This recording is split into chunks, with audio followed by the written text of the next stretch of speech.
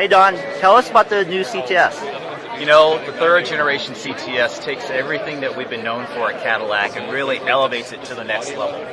Crafted design, very sophisticated, the evolution of art and science, thrilling performance with an available 420 horsepower twin turbo V6 engine, and then sophisticated, innovative but purposeful technology like our Q system, for instance, as well as advanced safety systems. The CTS takes all of this into a nice, very well integrated package. The next level of elegance on the interior as well. Real materials, real wood, open pore or natural finish wood. So gives you that element of craftsmanship. Suede headliners, real leather, real aluminum, wrapping the driver in luxury, but also delivering outstanding performance. Again, elevating Cadillac to the next level. Okay, so can you explain to us what makes a car timeless? The design of a vehicle. To me, what makes a timeless design, it all starts with proportion. If you get the proportions wrong, the car's never going to look right. And if you get the proportions right, your job's a lot easier. So what do I mean by proportion? First of all, it's wheelbase, the distance between the front wheel and the rear wheel. It's the location of the cabin on the lower body. So in the case of the CTS, the cabin is slid rearward. And you can only do that with rear-wheel drive vehicles. So you end up with what we call dash to axle.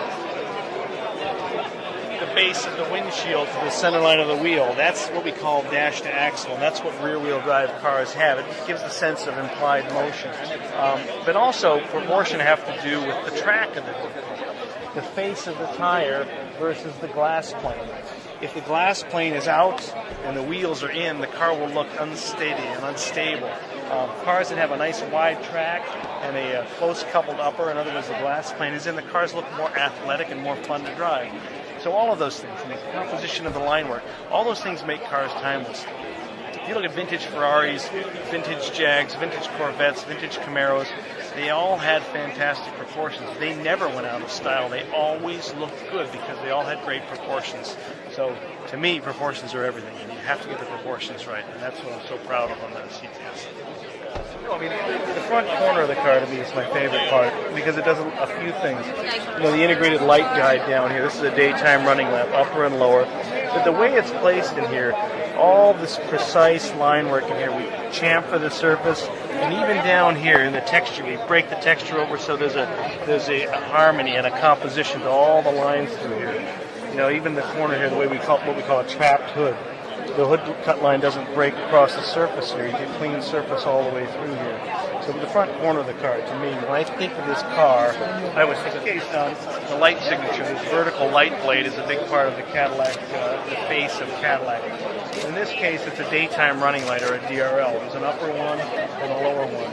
And these are on day and night, so you can imagine if the car is coming up behind you, you know what kind of car it is, you know it's a Cadillac. There are a lot of cars on the market now that have light signatures, but the light blade is a big part of Cadillac's language. It's something that we own. And we've treated it in a very clever way. We didn't want the hot spots to be to the street like a movie marquee. And we spent a lot of time placing this fluting on the light guide to make the light a little bit more uniform, a little bit more clean, a little bit more premium.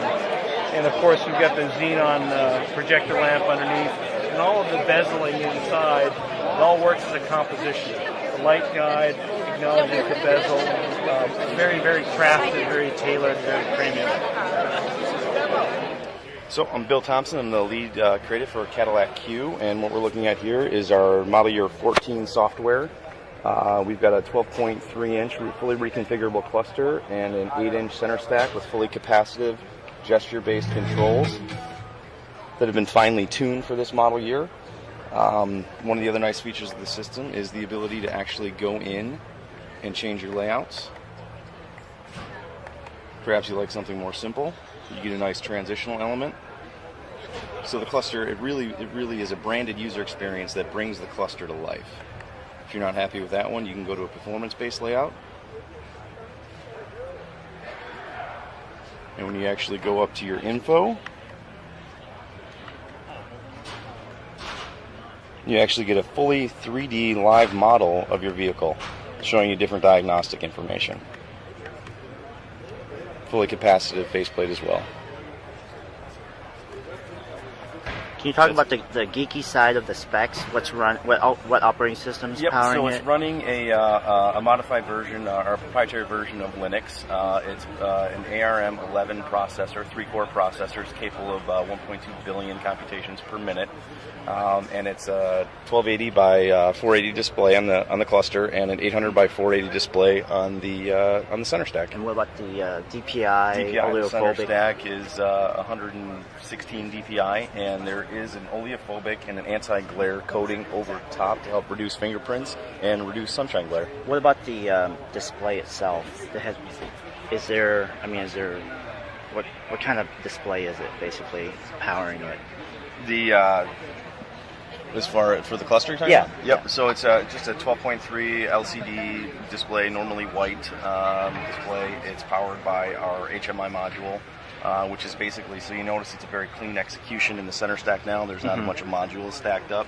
It's being powered by the new brain of the car, which is our HMI module, which has those processors we mentioned before. All right. Thanks a lot. Thank you very much. You bet. Nice to meet you, Vincent.